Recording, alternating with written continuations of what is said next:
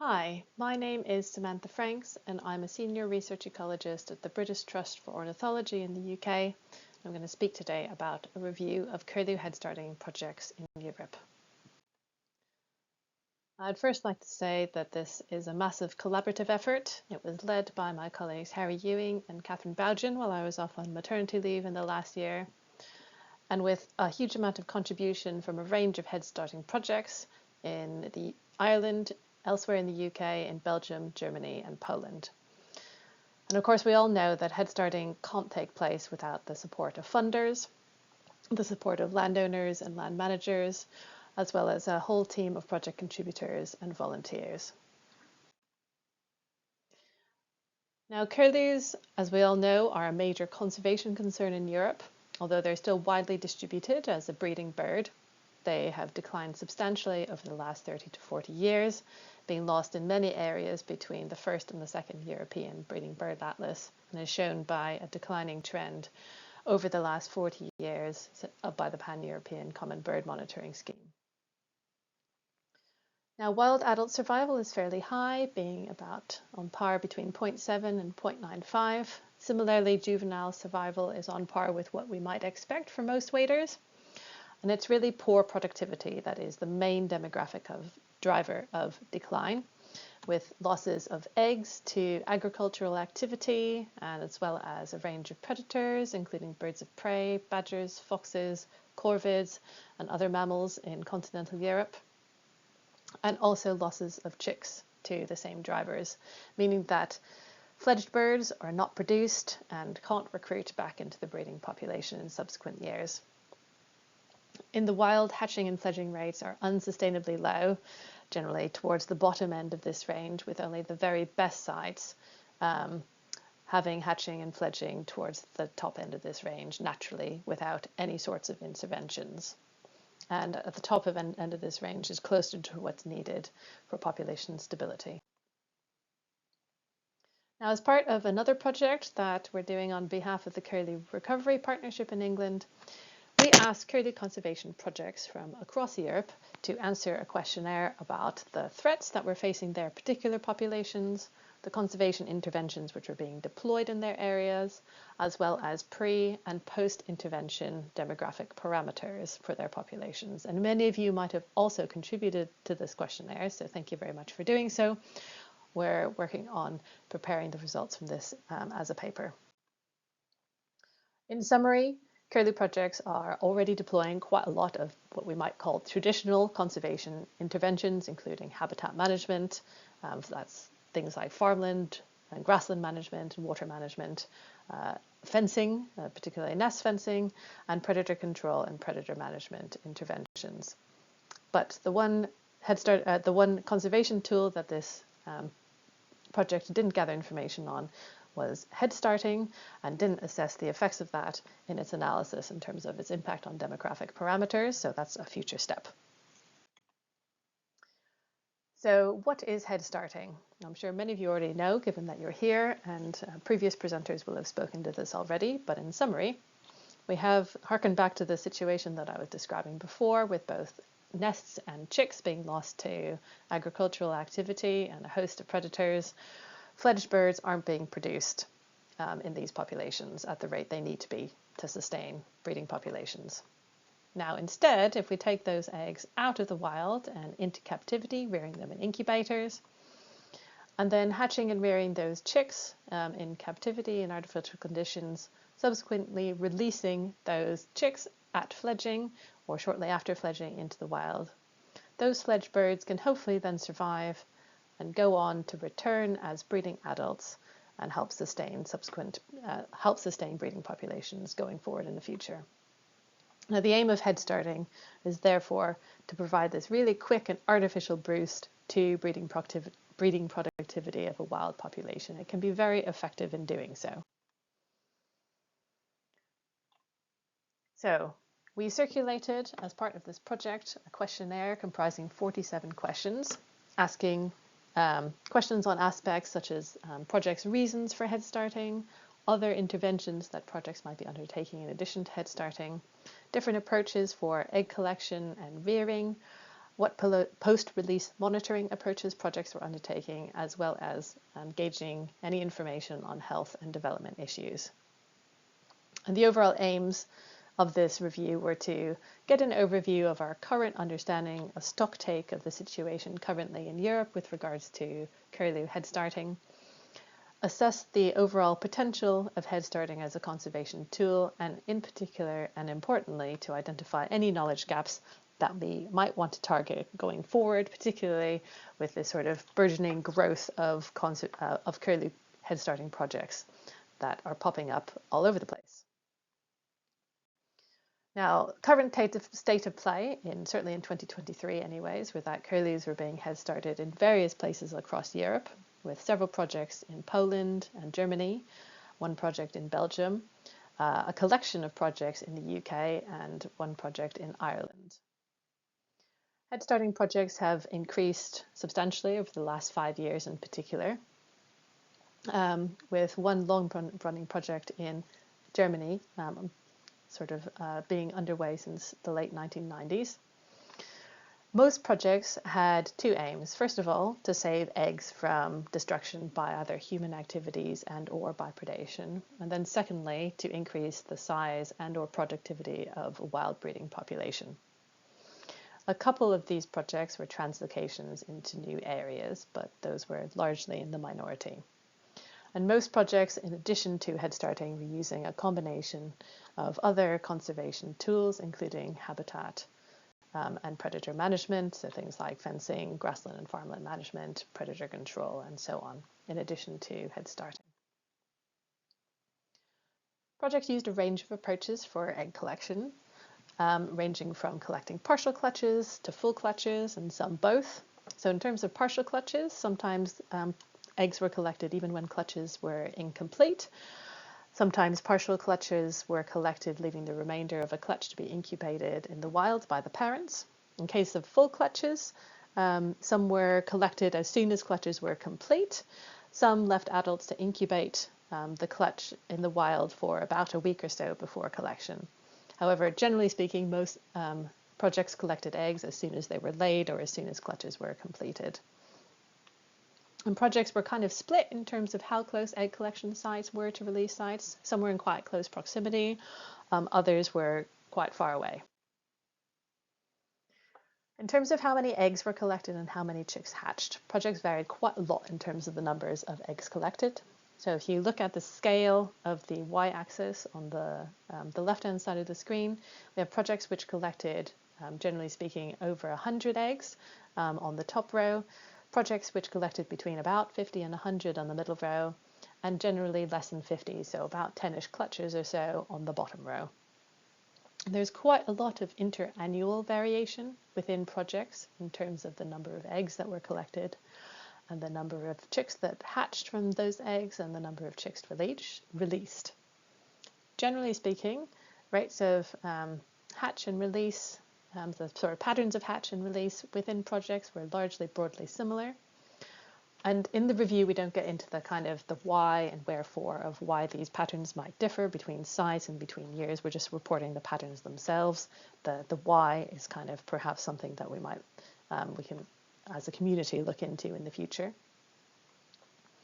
In total, across the 10 projects that submitted data of this nature, 2,100 or so eggs were collected, just over 1,700 eggs hatched from those that were collected, and nearly 1,300 chicks were released from the eggs that hatched. So that results in an average annual hatching rate of about 0.73, and average annual release rates, if you calculate from eggs to release, of 0.57. If you look at just the chicks that hatched versus those that were released, an annual release rate of 0.77. So generally speaking, if you look at hatch to release, you're achieving fairly good success in terms of the chicks that are released into the wild. In terms of health and development issues that were encountered by projects, the main issue that was reported was that of feather blistering, but this was only reported by UK projects and all UK projects, and only in 2023. Over a third of UK chicks were affected by this feather blistering problem in that year, with about 3/4 affected at the worst affected site. And we're still uncertain as to what was the cause of the feather blistering. Our current theory is that it was probably diet related and likely exacerbated by stress and hot weather. But because there were differences in agricultural practices between all of the different projects in the UK, it's quite hard to pin it down precisely as to what the cause might be. So working on various different approaches to kind of mitigate all these potential issues, diet, stress, and so on, going forward. And so far in 2024, very little of this problem was reported across sites. Other issues that were reported included poor melanin deposition in flight feathers, resulting in white patches in the feathers, which then is an area of weakness, which then go on meaning that flight feathers could break at these particular points, meaning the feather quality isn't as good. And also poor and abnormal bone development, particularly in the legs.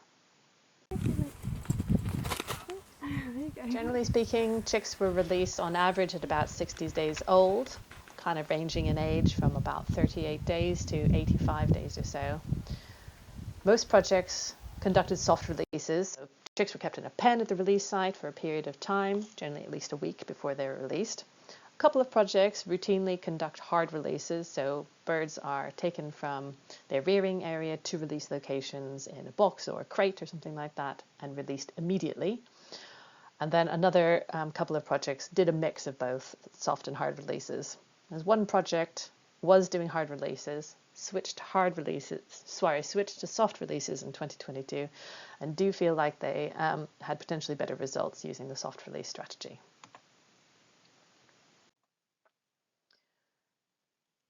In terms of the cohort sizes of released chicks, these varied both widely between and within projects. Generally speaking, rarely exceeded 15 chicks per cohort, though, with most projects releasing on average between about 1 and 10 chicks per release cohort. In terms of the populations of breeding waders in the area of the release site, release sites were largely within proximity to other breeding wader populations, but not necessarily to breeding curlews. So generally in areas less than a kilometre away from breeding waders. But those could have been lapwing, redshank populations, not necessarily including breeding curlew. And habitats at the release sites ranged from farmland to grassland to wetland across a big spectrum of habitats, as you might expect based on the sort of European range of headstarting projects being undertaken. In terms of post-release monitoring, all projects reported marking released chicks using either colour rings or flags. And 8 also deployed GPS tags on all or a proportion of released chicks, so those will be collecting good information on what happens to juveniles post-release. And nearly all projects use surveys to monitor head-started chicks in some way or another in subsequent breeding seasons. However, that could have been part of sort of general monitoring being undertaken for that curlew population generally, not necessarily specific surveys or dedicated surveys to look for head starts in particular. A couple of projects also conducted dedicated surveys during the month immediately following release as well, to follow up on how birds were doing straight after they were released. And in terms of post-release monitoring, projects reported that just over 100 of the 1,000 some odd chicks released before 2023 were known to be alive after 1 year. So that's just over 10%, with 36 of those known to have attempted breeding. Now, at the moment, this doesn't look like a brilliant return on investment if only 10% are coming back compared to wild sort of productivity rates, but I'll come back to this in a minute. So in terms of knowledge gaps, in terms of the aviculture, there's a lot of variation in terms of agricultural practice between projects, and identifying what those sources of variation are in a systematic way is really important for identifying what factors are affecting hatch and release rates between different projects. And furthermore, sharing this information through workshops like this one, but also through systematic data recording and focused analytical reviews like we've done at a really high level with this paper, are really helpful for diagnosing problems. And then also this will hopefully translate into higher hatch and release rates. So kind of always learning. And I think this workshop is a really good place to facilitate the exchange of knowledge between different projects. Another knowledge gap is we're missing out a formal analysis of survival and recruitment rates. So far, that 10% value, we're just working off of what we would call sort of English colloquial term, sort of back of the envelope calculations. We need a formal analysis of survival of head-started birds, which accounts for the probability of encounter rate. And this can include encountering birds on the breeding, but also on wintering areas as well. It doesn't only have to be breeding sites. This is particularly relevant, perhaps more so in the UK and Ireland, where our birds that are released into breeding areas might also winter within the UK and be seen by members of the public and bird watchers and then get reported back to us. And this will help inform also, not only are there post-release factors that influence survival rates and also recruitment rates, but are there pre-release factors in terms of rearing, which then go on to influence survival and recruitment rates.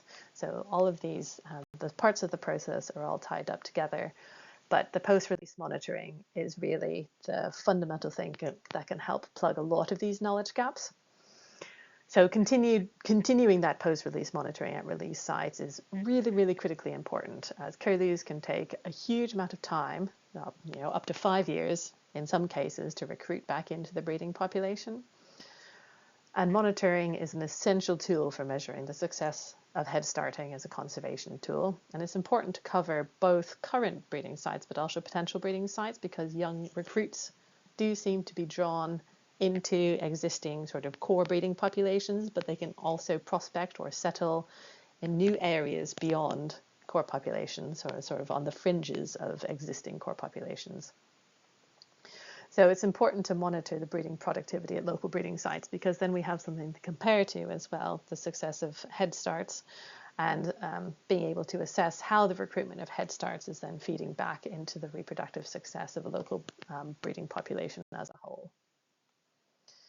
So in summary, head starting is being increasingly used as a conservation tool for curlew across Europe. And this is kind of a new tool alongside more traditional, if you'd like to call it, conservation interventions like land and predator management. We've definitely seen that the methods of egg collection, chick rearing and release can vary quite widely between projects, but also within projects from year to year as well. Generally speaking, hatching and release rates in most year was generally far above wild productivity in many populations.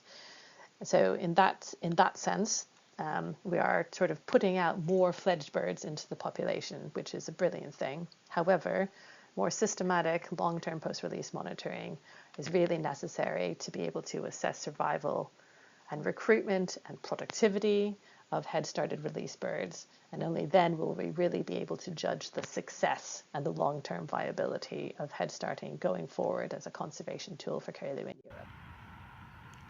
And I'd like to sum up by kind of really highlighting the message that the long-term sustainability of head starting relies on the successful breeding of head-started birds in the wild, which will only happen if we're able to address the problems in land use change and predation, and address those at landscape scales, because curlews really fundamentally depend on what is going on at a landscape scale, not just in their immediate nest site level.